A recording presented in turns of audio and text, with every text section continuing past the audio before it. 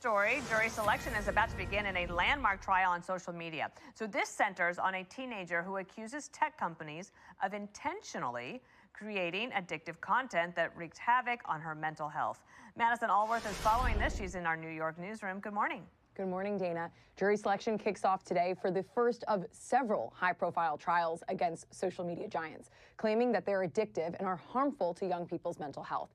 In this case, a 19-year-old identified only as KGM and her mother, Karen Glenn, are suing TikTok, Meta, and YouTube for unspecified monetary damages, alleging that the companies knowingly created addictive features which led to self-harm and suicidal thoughts. Snap, which was also a defendant, settled last week for an unknown amount.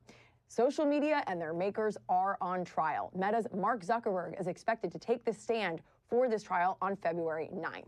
Meta released a statement ahead stating in part, quote, "We strongly disagree with these allegations and are confident the evidence will show our long-standing commitment to supporting young people."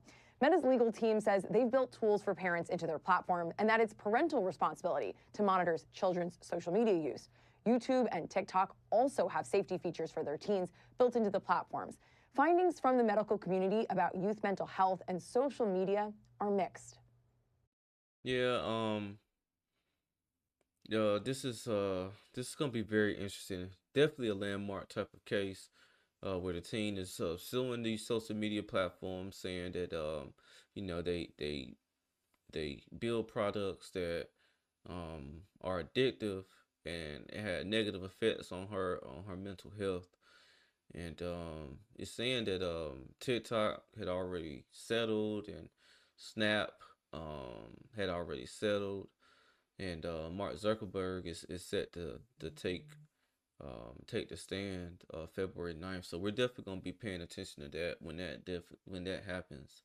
I've been reporting on this type of thing because I do find it interesting with bans being proposed of social media for certain ages, with Australia banning it for teenagers, and just people having conversations about the long lasting effects of teens just all day or just for a large amount of time being, looking at their phones and social media. And the judgment in this is definitely going to set a precedent and could open a large door for others to, sue and, you know, try to seek the same type of judgment.